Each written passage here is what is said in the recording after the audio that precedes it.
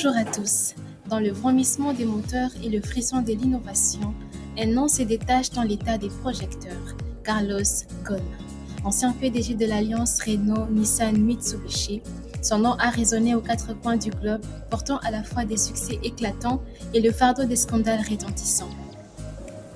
Dans ce monde en perpétuelle évolution de l'industrie automobile, Ghosn a incarné à la fois le sauveur et le paria, naviguant à travers les turbulences de la fortune et de la renommée.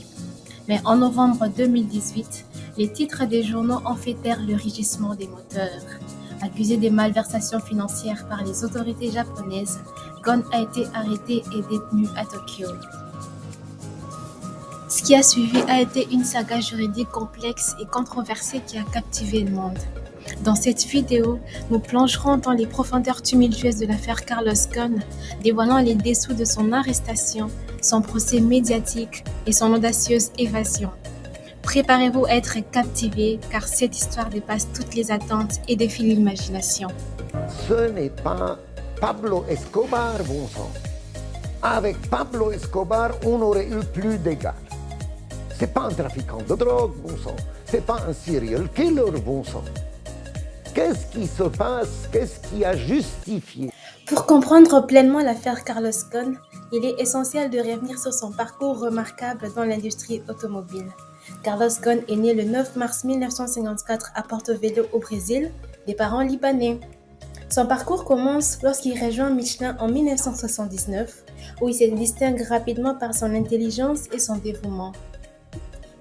En 1985, il prend son envol pour Rio, où il participe à l'extension de l'entreprise dans un marché en pleine croissance.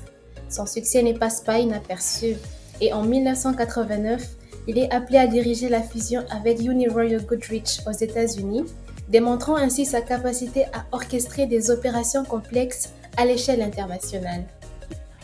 En 1996, Renault l'accueille.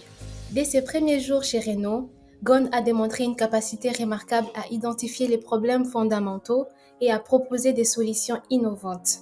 Il a rapidement gagné la confiance du conseil d'administration en mettant en œuvre des mesures importantes pour rationaliser les opérations et réduire les coûts. Son leadership charismatique et son engagement inébranlable envers l'excellence opérationnelle ont inspiré les employés et ont contribué à la restauration d'une culture de performance au sein de l'entreprise. En 1999, Carlos a été nommé président-directeur général de Nissan, tout en continuant à assumer ses responsabilités chez Renault. Cette période a été marquée par un défi encore plus grand, redresser une entreprise japonaise en difficulté, confrontée à une dette colossale et à une baisse significative de sa part de marché. Ghosn a rapidement élaboré un plan de redressement audacieux axé sur la réduction des coûts, l'amélioration de la qualité et le renforcement de l'innovation. Grâce à sa gestion dynamique et à sa capacité à prendre des décisions difficiles, il a réussi à transformer Nissan en une entreprise rentable et compétitive en un temps record. En 2016, Ghosn a orchestré une fusion entre Nissan et Mitsubishi Motors, faisant de l'alliance Renault-Nissan-Mitsubishi l'un des plus grands groupes automobiles mondiaux. Son implication avec Mitsubishi est devenue dans un contexte où l'entreprise japonaise faisait face à des défis importants, notamment des scandales liés à la falsification des données de consommation de carburant. En tant que président-directeur général de l'Alliance, Ghosn a joué un rôle déterminant dans la stabilisation et la revitalisation des Mitsubishi Motors. Sa pratique de gestion pragmatique et son expérience avérée dans la transformation d'entreprises en difficulté ont été des atouts précieux pour rétablir la confiance des consommateurs et des investisseurs dans Mitsubishi. Sous sa direction, l'entreprise a repris des réformes en profondeur pour améliorer la gouvernance d'entreprise, renforcer ses opérations et relancer sa croissance. Homme d'action, son succès faisait de lui un homme très respecté aussi bien dans son pays d'origine, le Liban, où un timbre à son image a été créé, mais aussi au Japon où un manga dont il est le héros a été réalisé. De plus, il était le seul patron au monde à diriger 3 grandes multinationales à la fois, qui plus est 3 mastodontes de l'industrie automobile mondiale.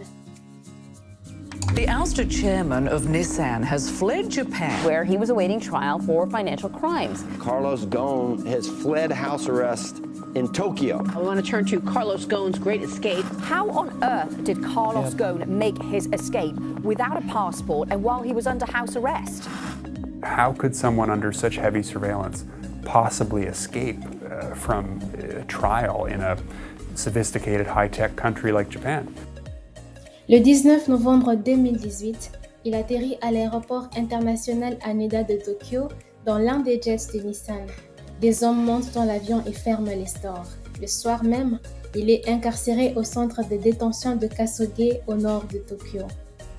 Les accusations portaient sur la dissimulation des revenus et l'utilisation abusive de fonds de l'entreprise à des fins personnelles, notamment afin de rénomer des villas lui appartenant aux Pays-Bas, en France, au Liban et au Brésil. En effet, du fait de son statut, son influence et ses réalisations spectaculaires, Carlos Ghosn faisait partie des chefs d'entreprise les mieux payés de la planète. Son rapport décomplexé face à l'argent avait déjà suscité par le passé des remous, mais aucun de ses détracteurs n'était jamais parvenu à obtenir gain de cause. Lorsqu'il fut accusé par le parquet de Tokyo d'avoir dissimulé plusieurs millions d'euros de revenus et arrêté le 19 novembre 2018, plusieurs de ses détracteurs n'hésitèrent donc pas à remuer les couteaux dans la plaie. Son second et collaborateur, Greg Kelly, est poursuivi pour complicité et fait face aux mêmes accusations. De plus, Carlos était soupçonné d'avoir offert un emploi fictif à sa sœur aînée Claudine d'Oliveira, alors habitant au Brésil et étant la présidente de la Chambre du commerce à Rio de Janeiro. Son supposé emploi consistait depuis mars 2023 à conseiller Nissan sur les donations que le groupe effectuait et d'adopter des conseils à l'attention d'un comité consultatif de dons, sans pour autant mentionner leur lien de parenté aux autres dirigeants de l'alliance Renault-Nissan. Carlos Ghosn était soupçonné également d'avoir acheté à des fins personnelles des résidences de luxe au Liban et au Brésil à travers une filiale de Nissan, la ZIA Capital, basée à Amsterdam et dont les membres du conseil d'administration étaient Ghosn lui-même et Greg Kelly. Cette initiale a acheté des propriétés de luxe à Rio de Janeiro et à Beyrouth par l'intermédiaire d'une sous-filiale établie dans les îles Vierges britanniques, un paradis fiscal, puis les a mises à la disposition exclusive du dirigeant de Nissan. Pour effectuer ce travail, elle était payée environ 50 000 $ par an et recevait à plusieurs reprises de primes pouvant aller jusqu'à 60 000 $. Sa rémunération a ainsi pu s'élever certaines années à 110 000 $. De 2003 à 2016, Claudine d'Oliveira aurait ainsi touché au total 755 000 $ à 1,7 million de dollars entre mars 2003 et novembre 2016.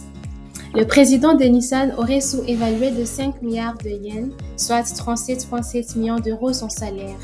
Le 11 janvier 2019, il est mis en examen de nouveau pour des faits similaires pour la période 2015-2018 avec une sous-évaluation de 4 milliards de yens, soit 30,1 millions d'euros, et pour abus de confiance aggravé pour des pertes personnelles de charges en 2008.